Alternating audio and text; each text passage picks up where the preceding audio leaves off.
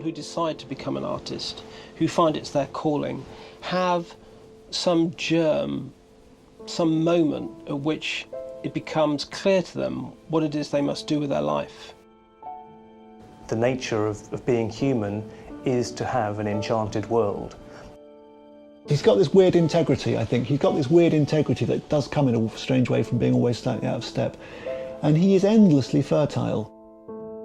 The Theosophical movement was a large part of it. Spiritualism was a large part of it. This was part of the alternative spiritual background that was surrounding Spare at this time. And I think it fascinated him, and I think it provided a great deal of inspiration for him as an artist. He's the ultimate British artist who is off the radar of British art, off the curriculum of art history that's taught in universities. Spare's life was a life where he didn't get what he wanted. You know, his luck was dashed, you know, and he spent his creative life as productively as he could, despite the circumstances he was in. The son of a working class police officer, City of London police officer, that starts the obituaries, that starts most of the news press articles, that doesn't really define him in the end.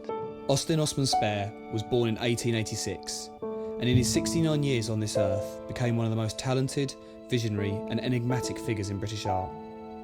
When he died, he left behind a personal history rife with myth, confusion, inspiration, heartbreak, contradiction and mystery.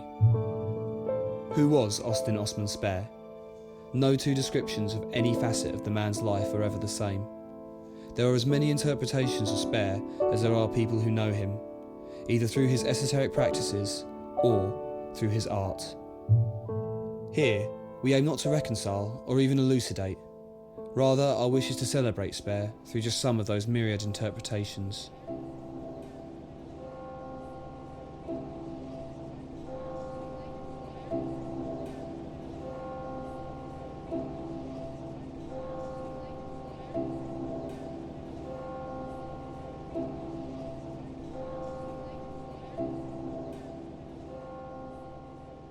Spare was born in the shadow of Smithfield Meat Market towards the end of the 19th century.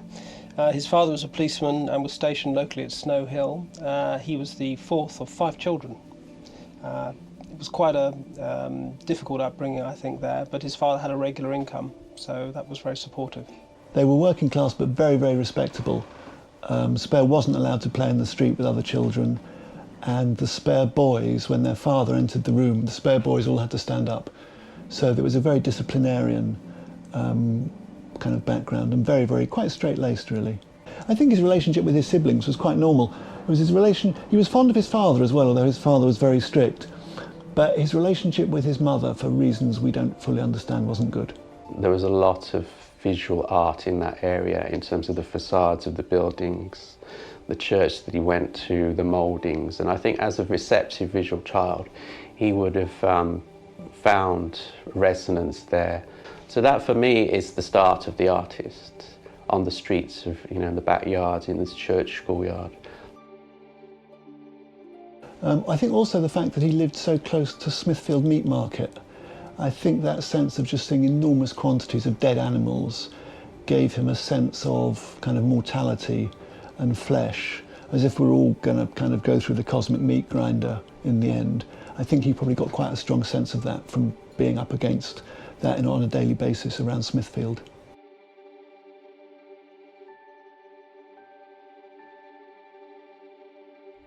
Toward the end of Spare's life, a story was circulated about a Mrs. Patterson. She was, so the story goes, a local woman, a witch, and mentor to Spare in the ways of the esoteric.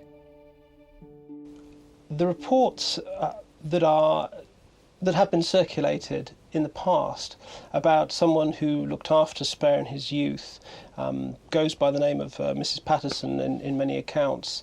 I have no doubt is based on some element of fact. We have reports from his sister that there was somebody who was known to the family in the childhood who had powers of prophecy. So I have no doubt that part of the stories of Patterson are certainly based on actual events, yes. There was a woman called Mrs. Patterson, certainly. She certainly existed. I've got her death certificate. She's a totally real person. She died at the age of 102. The question is whether she was a witch, and even whether Spare really knew her at all. And both of those we're not sure. I mean, I think she's not a witch, for one thing. Secondly, he may not even have known her. I think he got the name, probably Mrs. Patterson, from a newspaper report when it was her 100th birthday, and she got the telegram from the Queen or whatever. Spare was not destined to spend long in Snow Hill. In 1894, his family moved south to Kennington. I think for Spare, the most important event of his young childhood was the move to Kennington, because at that time the environs of Smithfield Meat Market were becoming quite industrial, and I think that when the family came into money, they decided to move to Kennington would be beneficial for everybody. So when the family moved there in 1894, Spare found himself in a completely different social and economic environment. From a young age, Spare had been a talented artist, but now something else was entering his creative consciousness. With his early education at St Sepulchre's Church School, and now his inclusion in the Congregation of St Agnes, Kennington, Spare was learning the power of ritual and belief. It's a very visual and tangible experience of being a choir boy or setting out the hymn books in a big church, seeing again all the decorations, smelling the incense, hearing the chant, hearing the hymns. Just being around a kind of high church environment sometimes, I think, predisposes people to the occult later. But particularly, I would say, spiritualism. We're still coming to understand how important spiritualism was for Spare. I think spiritualism and theosophy are probably the two biggest influences on Spare, but spiritualism in particular. Spiritualism obviously had been around for some time when Spare got involved, and I think that what we see in his artwork is in some ways influenced by spiritualism. So on the one hand, we have these ectoplasmic forms that seem to surround some of the figures that he's depicting. And the spiritualists, of course, were very interested in the material manifestations of the spirit world and documenting these. So I think there are a number of ways that Spare's work shows an influence from spiritualism, which was very much going on around him at the time. It was this component that was to elevate his talent to a new level.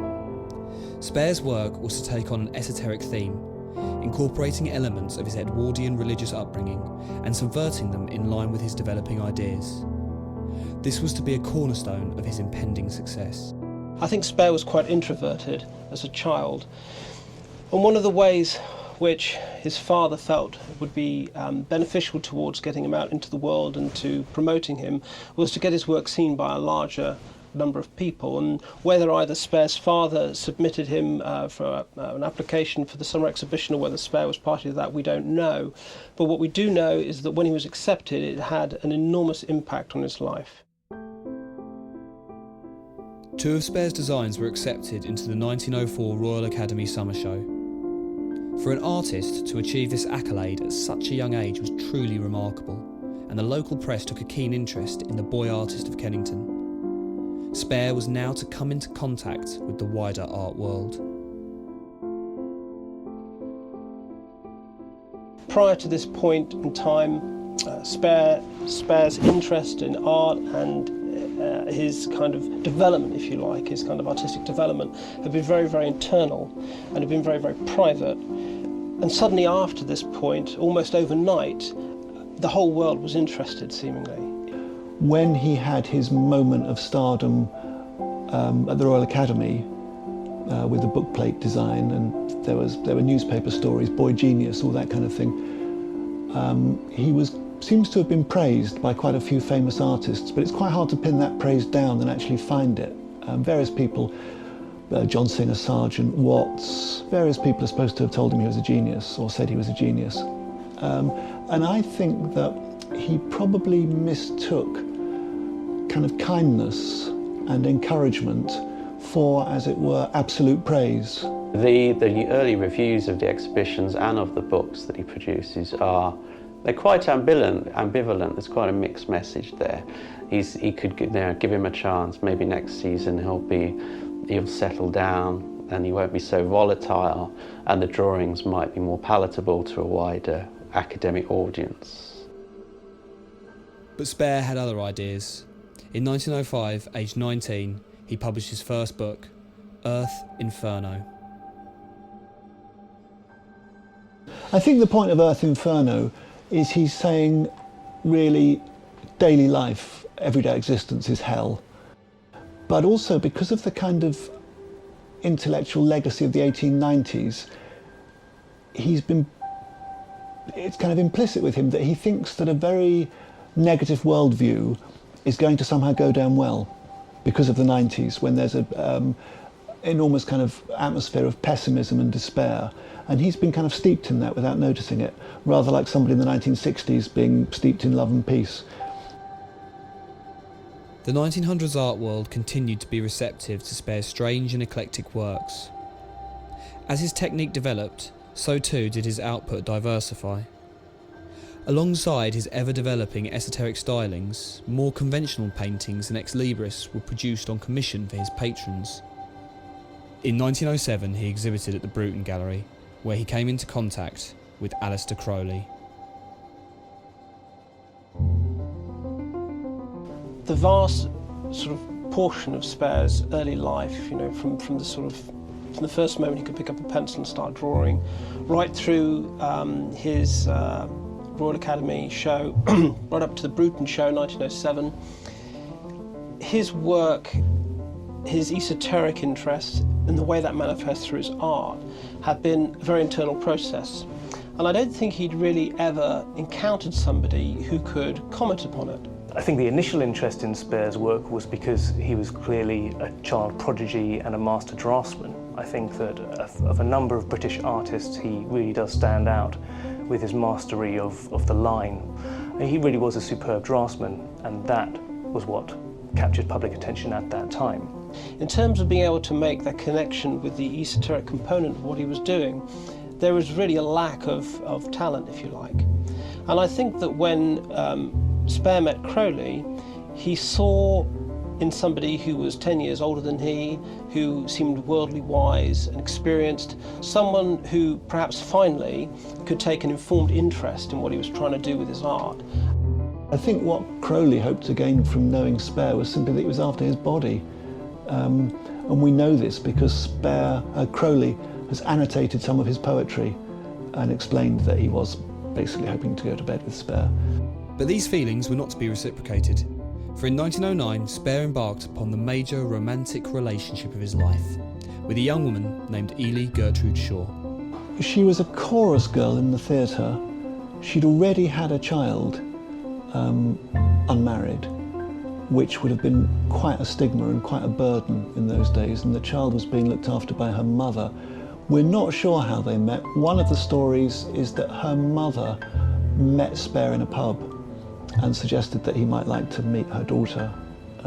She was obviously a fairly forward sort of woman to be in a pub at all in those days. Wouldn't be a very respectable thing for a woman to be hanging out in a pub.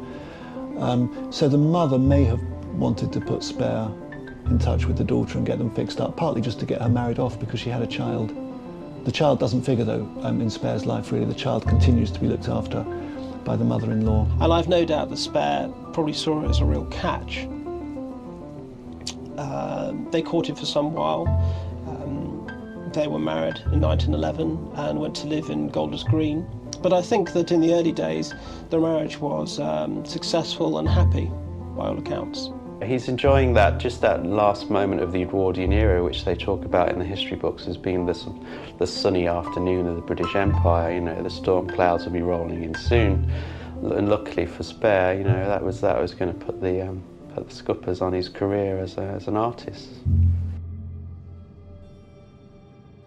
At this point, in 1914, he was still very much a man with everything to prove.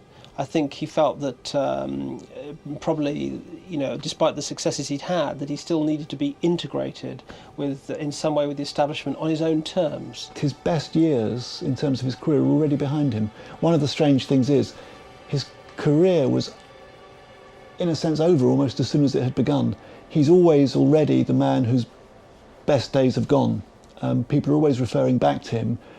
You know, in the 1920s, they're saying, oh, we remember Spare before the First World War. But then even in sort of 1907, they're saying we remember Spare when he did his bookplate designs at the Royal Academy, and people are always saying that somehow the fire has gone, or time has not dealt kindly with Mr. Spare. The onset of the First World War created a seismic shift in British society. The art world paled to insignificance against the backdrop of a continental Europe consumed with war. The world Spare knew was dying before his eyes.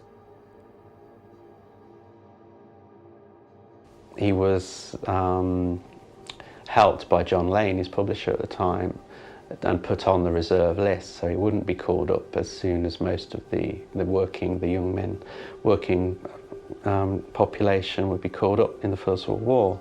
So his call-up was deferred until almost to the end of the First World War. Being placed into that kind of confined environment is very daunting. Spare's enrolment form, which he signed, shows an incredibly shaky signature. Probably the shakiest signature I've ever seen of him, even in his later years. My sentiment was that he was extremely nervous about the prospect of serving, without doubt. Unlike some of the stories that he later told, for example, that he'd been the only survivor of a torpedoed troop ship, or that he'd spent all night in no man's land. I can't remember if he's on top of a pile of corpses or if he's lying underneath them.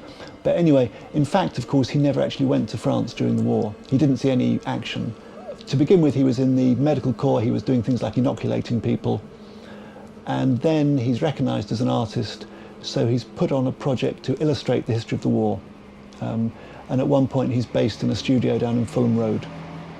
So he's employed as an artist during the First World War. And it's only after the war's actually finished that he goes over to France to do some work actually on site.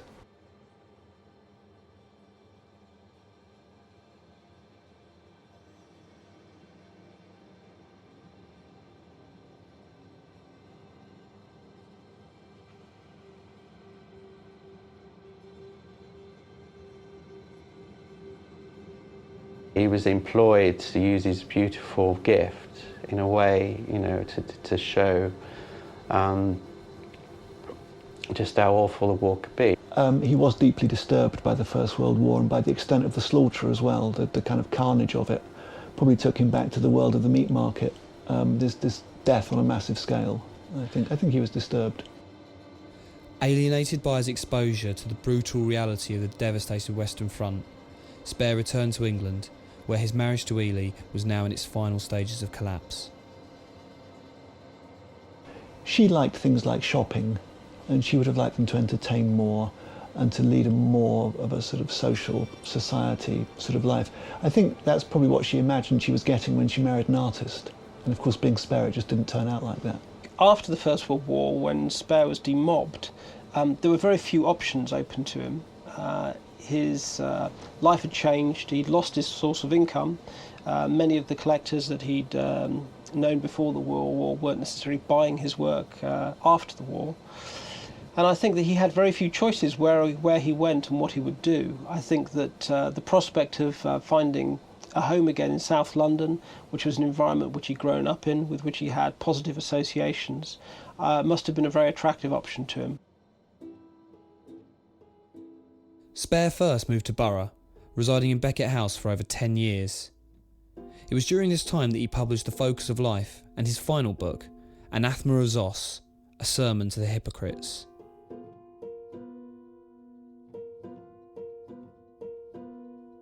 Anathema of Zos is generally perceived as his big disdainful disavowal of the hypocrisies of the age and his own sort of epic voice of the narrator, the artist narrator.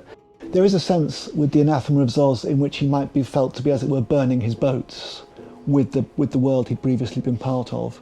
But I don't think it was greeted with kind of shock or horror. I think, by and large, much more nobody really noticed. The first half of his life, really up until the early 30s, he'd spent it really trying to be accepted by the establishment on his own terms. And the realisation that this was never going to happen was actually really very liberating for him, because the moment he realised it was no longer necessary for him to try to do that, it gave him the freedom to do anything he really wanted to do. A new phase of creativity beckoned. Spare turned to the natives of southeast London for his inspiration. He began painting his local types, ordinary people from his neighbourhood. For these he charged very little. He created numerous high-quality portraits of market traders, workmen, prostitutes and labourers. He'd always been interested in character. In some ways there's a strong continuity to his life, because back in the moment of his first stardom, when the journalists came to interview him about his Royal Academy celebrity, one of the things he said was, what I really look for is character. He said, I saw a costermonger on the street this morning, had a terrific face. He says something like that. So there's always been this interest in character. And by the 30s, these are now the people he's moving among. So they're his obvious choice for models. And we see Spare's style changing from those sort of intricate pencil drawings and the very intricate pen and inks from even earlier in his life to sort of fluid pencil lines with extraordinary sort of washes of colour, very reminiscent in some respects of his very early work with stained glass design. He is really representing things which appear to leap from another world. But these are unusual spirits in the conventional sense of the term, because they aren't typical human shapes or even animal shapes that we would expect to see. They are ugly, distorted, grotesque forms. And in that sense, this is a spirit world which is quite specific to Spare, I think, and is a part of his magical practice in working through his own psyche, his relatedness to the world around him, and dealing with all sorts of issues, including a post-war and then pre-war concern.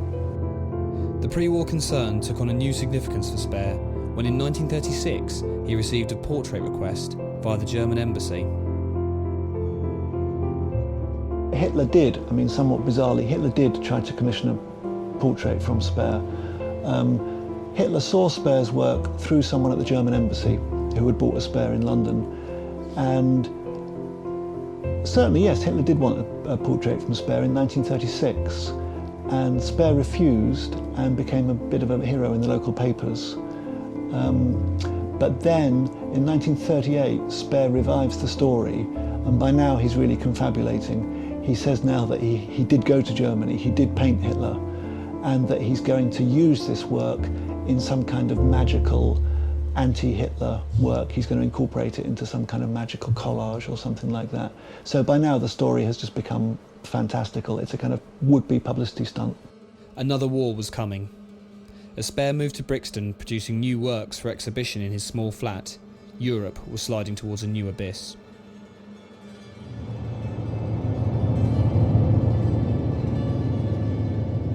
When the war began, Spare was living on the Walworth Road in Elephant and Castle. He had abandoned the pretences of his old life and was now committed to his art and to the business of day-to-day survival. The Spare of 1939, a world away from the young man of 1914. By the time the Second World War came around, Spare's personal circumstances were very different. And I think he regarded that the community in which he lived, he was part of that community.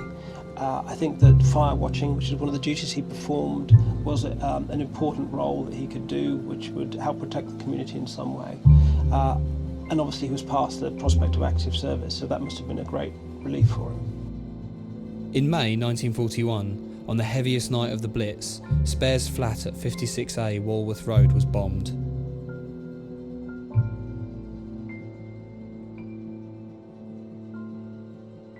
Spare's studio was destroyed in the Blitz. He was fire watching at the time, but he lost an enormous amount of work. Particularly, he stacked up all his Cockney portraits, which he'd been developing over the years. So that was really quite a tragedy, not just for his career, but for really a kind of social document of South London as well. But this had a disastrous effect on him. He lost his memory, his hand, perhaps partly psychosomatic, but he found he couldn't draw. Really his life was wrecked for a while, and he kind of very painfully taught himself to draw again. Spare recuperated in the home of Ada Payne on Wynn Road in Brixton. He returned to his art and began exhibiting in various South London pubs. Using the local press to promote his work, Spare re-established his reputation as an artist and now also as a survivor.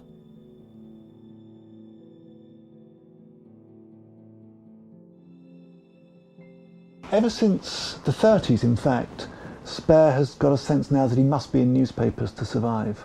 I think it probably begins around the time of the Hitler portrait story. He develops a taste for publicity, and in career terms it's perfectly realistic. I think it is something he had to do. So although people often tell you Spare was a recluse, in fact, paradoxically, he was much more publicised and also much more self-publicised than really most artists, actually. All his pub shows became human interest stories in the local newspapers, that kind of thing. Spare really pioneered that with the pub shows.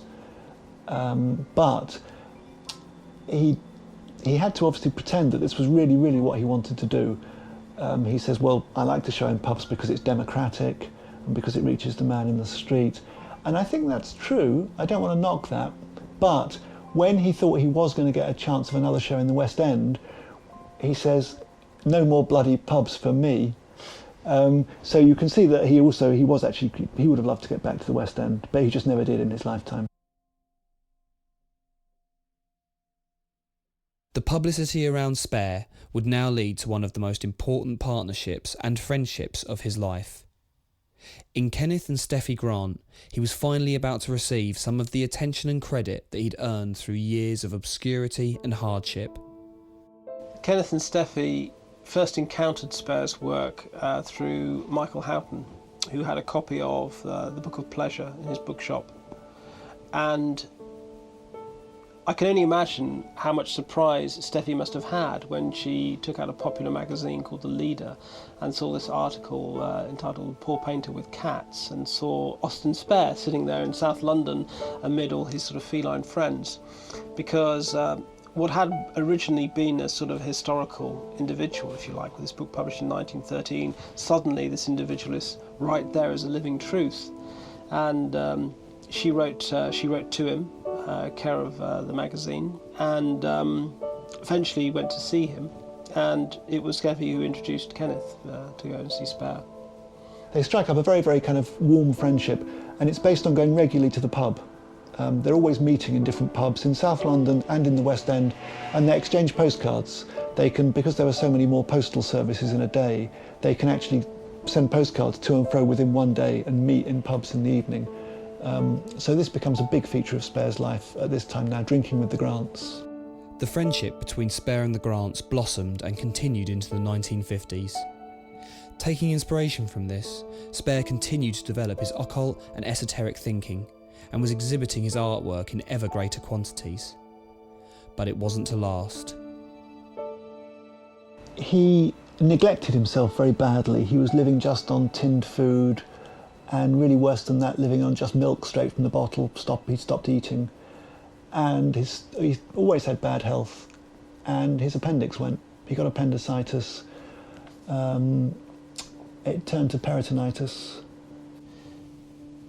I remember Dennis Bardens saying to me that he went to see Spare in hospital, and were very close to the end, and he said that he'd never seen in his eyes such sort of anger and fear. And I think Spare was probably very worried about what would happen. If it was going to be the end, whether his creative run had come to an end. Austin Osman Spare died from his illness on the 15th of May 1956. He was 69 years old.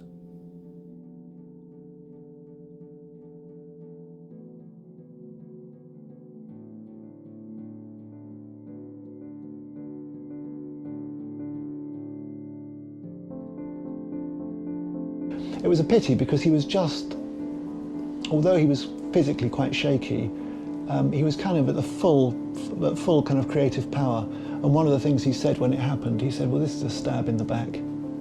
So he sort of felt that just when things were starting to go well again, he'd been sort of cut down.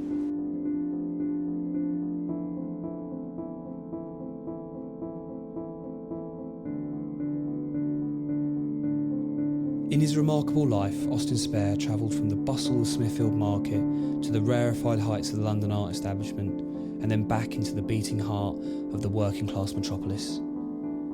His various collisions with the crises of the 20th century left him bruised, but his talent and grim determination saw him through, along with the companionship of Ada Payne, Steffi Grant and others. Spare's work is one of the great hidden treasures of British art, and thanks to a small handful of custodians whose hard work has lifted him from obscurity, it is a treasure that may yet find a fitting home in the 21st century.